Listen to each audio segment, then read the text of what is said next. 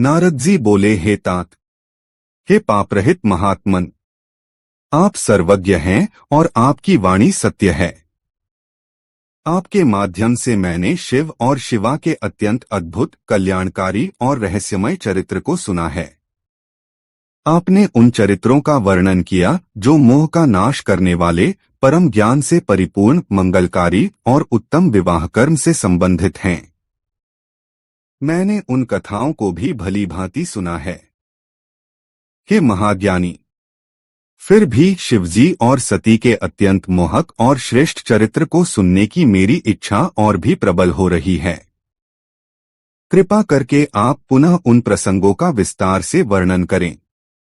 ब्रह्मा जी ने कहा, हे नारद मुनि, आपकी इच्छा शिवजी की दिव्य लीलाओं को सुनने में लगी हुई है, यह आपका परम सौभाग्य है। हे सौम्य, आपने बार बार मुझसे शिवजी की लीला सुनाने का आग्रह किया है, इसके लिए मैं कृतज्ञ हूँ। हे नारद, शिवजी ने दक्ष प्रजापति की पुत्री और जगज्जननी देवी सती से विवाह किया और उन्हें अपने धाम पर ले जाकर जो कुछ भी किया, अब मैं वह सब सुनाता हूँ। हे देवर्षि, दक्ष से विदा होने के उपरांत महादेव जी अपने गणों के साथ अत्यंत प्रसन्नतापूर्वक अपने आनंदमय धाम पर पहुँचे। वहां पहुंचकर उन्होंने अपने प्रिय वाहन नंदीश्वर से उतरकर विश्राम किया। हे देवर्षि, सांसारिक लीलाओं में कुशल सतीपति भगवान सदाशिव यथायोग्य अपने स्थान में प्रवेश करके अत्यंत हर्षित हो गए। महादेव जी ने सती को प्राप्त कर लेने के बाद अपने नंदी और अन्य समस्त गणों को पर्वत की कंदरा से बाहर भेज दिया।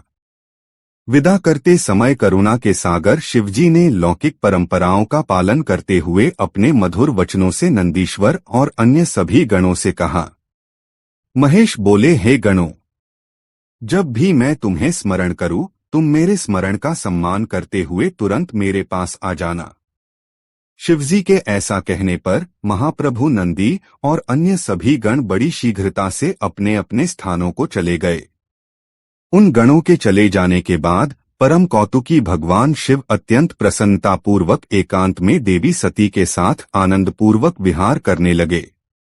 शिवजी कभी वनों से तोड़कर लाए हुए पुष्पों की सुंदर माला बनाते और उसे सती के हार स्थान अर्थात उनके हृदय पर प्रेम पूर्वक पहनाते। कभी कभी जब देवी सती दर्पण में अपना मुख देख रही होती, तब शिवजी चुपके से उनके पीछे जाकर स्वयं भी दर्पण में अपना मुख देखने लगते। वे कभी सती के कुंडलों को पकड़कर हल्का सा हिलाते, उन्हें उनके कानों में पहनाते और फिर निकालने लगते, जैसे कोई खेल कर रहा हो। कभी भगवान शंकर स्वाभाविक रूप से लाल वर्ण वाले सती के चरणों को चमकदार लाक्षारस से रंगकर उन्हें अत्यंत आकर्षक बना देते। सती का मुख देखने की इच्छा से शिवजी वह बातें जो दूसरों के सामने भी कही जा सकती थीं, सती के कानों में धीरे धीरे कहने लगते। वे कभी घर से दूर नहीं जाते थे और यदि कभी जाते भी तो शीघ्रता से वापस आ जाते। वापस लौटकर वे सती को सोच में डूबा हुआ देखकर उनके पीछे से आकर अपने हाथों से उनकी आंखें बंद कर देते। कभी अपनी माया शक्ति से अदृश्य होकर शिवजी सती के पास जाकर उन्हें आलिंगन करते तो सती सहसा भयभीत हो जाती और आश्चर्यचकित होकर व्याकुल हो उठती। शिवजी कभी सती के वक्षस्थल पर, जो स्वर्णकमल की कली के समान था, कस्तूरी से भ्रमर के आकार की सुंदर चित्रकारी करते। कभी उनका हार उतार लेते और फिर उसे वहीं स्थापित कर देते।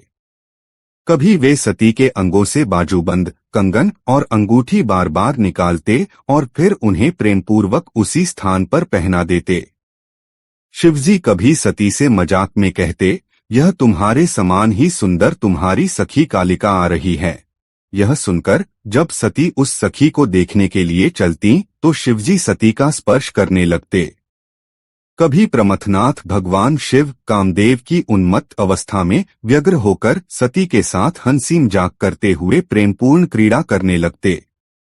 कभी भगवान शंकर कमल पुष्पों और अन्य सुंदर पुष्पों को लाकर बड़े प्रेम से उनका आभूषण बनाते और सती के अंगों में सजाते थे।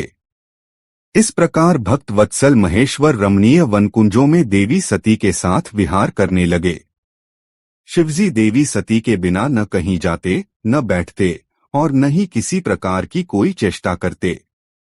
सती के बिना उन्हें एक क्षण के लिए भी शांति नहीं मिलती थी।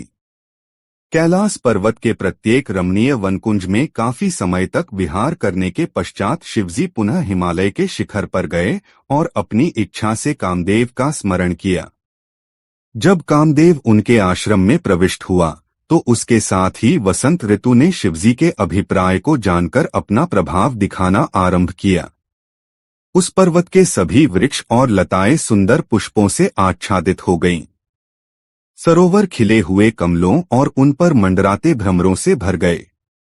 वसंत ऋतु के आगमन के साथ ही सुगंधित पुष्पों की महक से युक्त आनंददायक मलय पवन बहने लगी। वह वायु सुगंध और मादकता से परिपूर्ण थी। संध्या काल में पलाश वृक्ष अरुण चंद्रमा के समान शोभायमान होने लगे। सभी वृक्ष कामदेव के अस्त्र के समान सुंदर पुष्पों से अलंकृत हो गए। तालाबों में कमल पुष्प खिल उठे। अनुकूल वायु मानो संसार के मनुष्यों को मोहित करने के लिए तत्पर दिखाई देने लगी।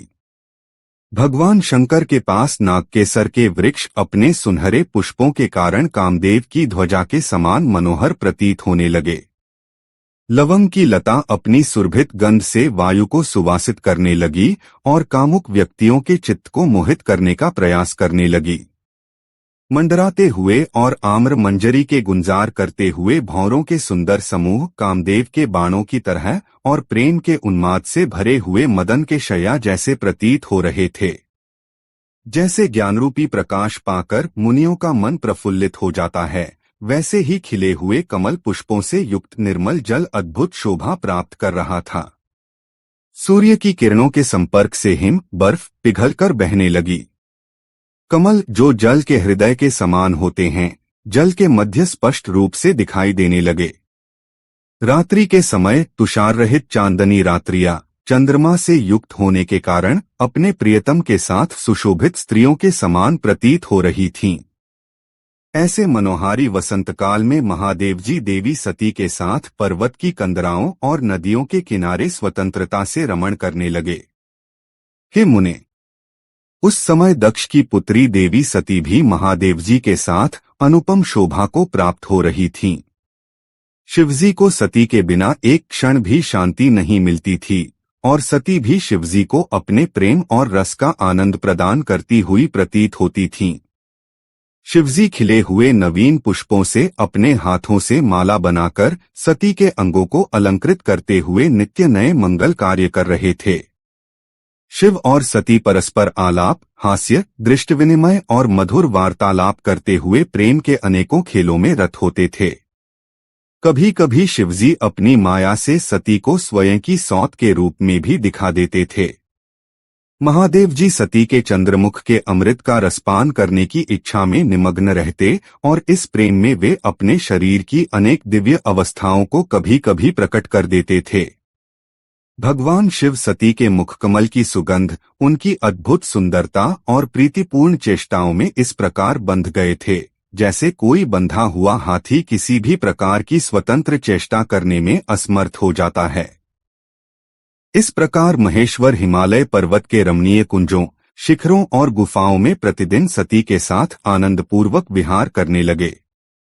हे सुरर्षे, इस तरह विहार करते करते देवताओं के वर्ष के अनुसार 25 वर्ष का समय व्यतीत हो गया।